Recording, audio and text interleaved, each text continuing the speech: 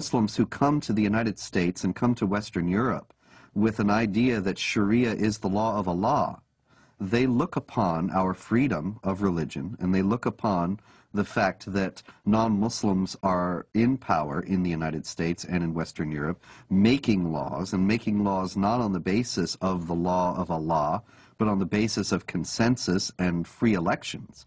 They look upon all that as a manifestation of Jahiliyyah, or unbelief, the pre-Islamic period of ignorance, as the times in any nation's history before it became Muslim is referred to.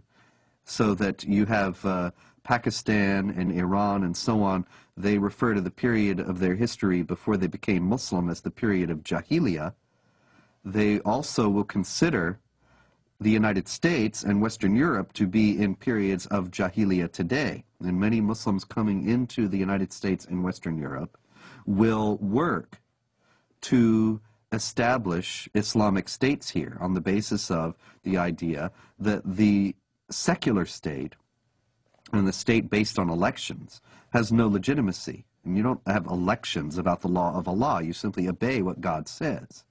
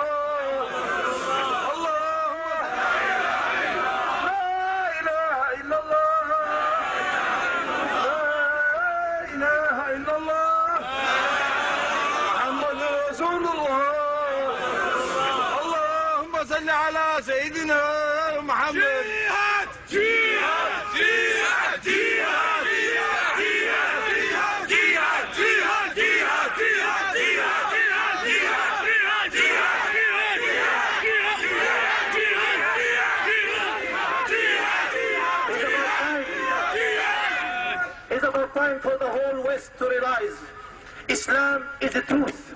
As a matter of time, Islam got to be implemented. And the giant of Islam and the giant of the Islamic State is going to rise up again. And it's going to be a fact. And it's going to be a true fact in reality. Look, the Muslims in Egypt, they go for Islamic State. Look in the other Haramain, jihad for the sake to establish the Quran. Look in Iraq. Look in Afghanistan, in Uzbekistan, in Pakistan, even in Europe, people calling La ilaha illallah, Muhammad Rasulullah. It's a matter of time the Sharia will be implemented and the Muslim Ummah will be united.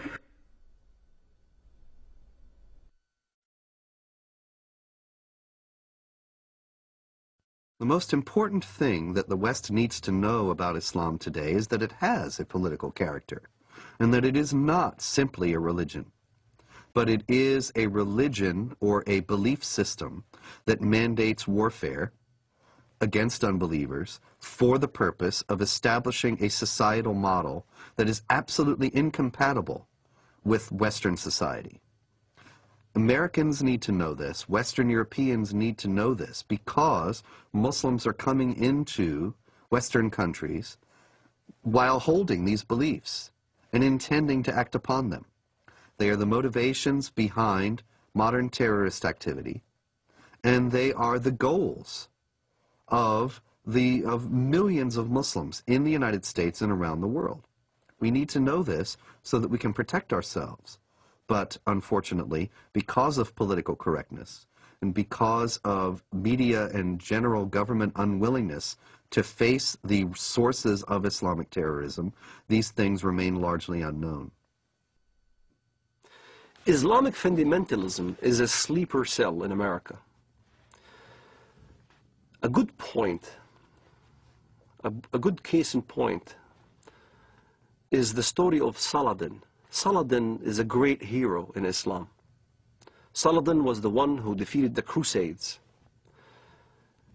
There was a treaty that's supposed to be happening between the Crusades and Saladin, and the story goes as follows.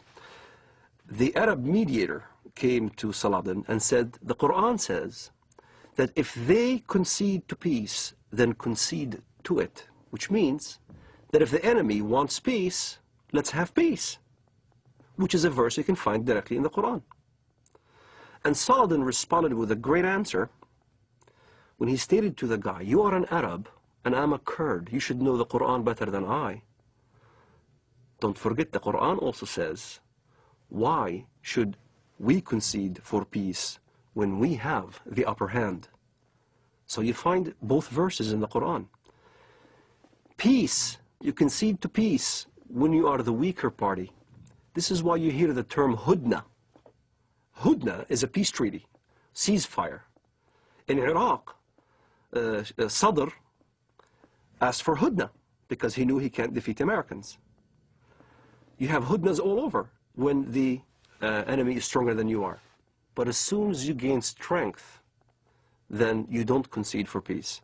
This is why the face of Islamic fundamentalism in the West has a facade that Islam is a peaceful religion, because they are waiting to have more Islamic immigrants, they're waiting to increase in number, waiting to increase in political power, and once they do, then look out.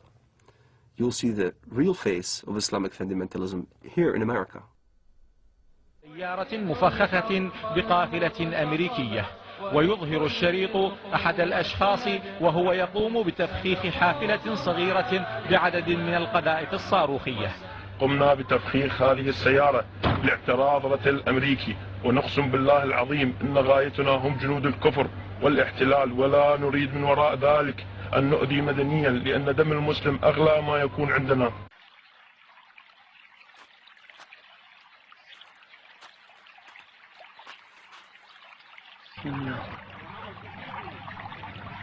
الله أكبر الله أكبر الله أكبر الله أكبر الله أكبر.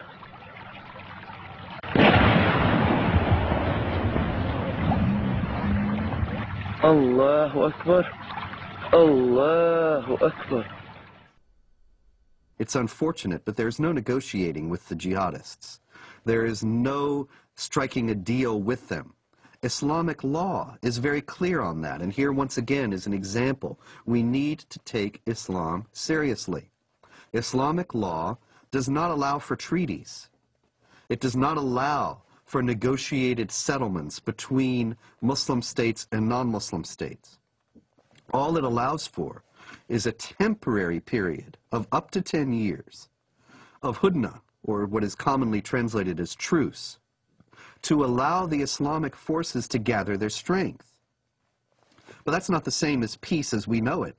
That's not the same as the absence of a state of war. That's only a temporary lull in a war that the jihadists consider has gone on for 14 centuries and are willing to fight for 14 more. So when you meet in fight, jihad in Allah's cause, those who disbelieve, smite at their necks, till when you have killed and wounded many of them, then bind a bond firmly on them, take them as captives. Thus you are ordered by Allah to continue in carrying out jihad against the disbelievers till they embrace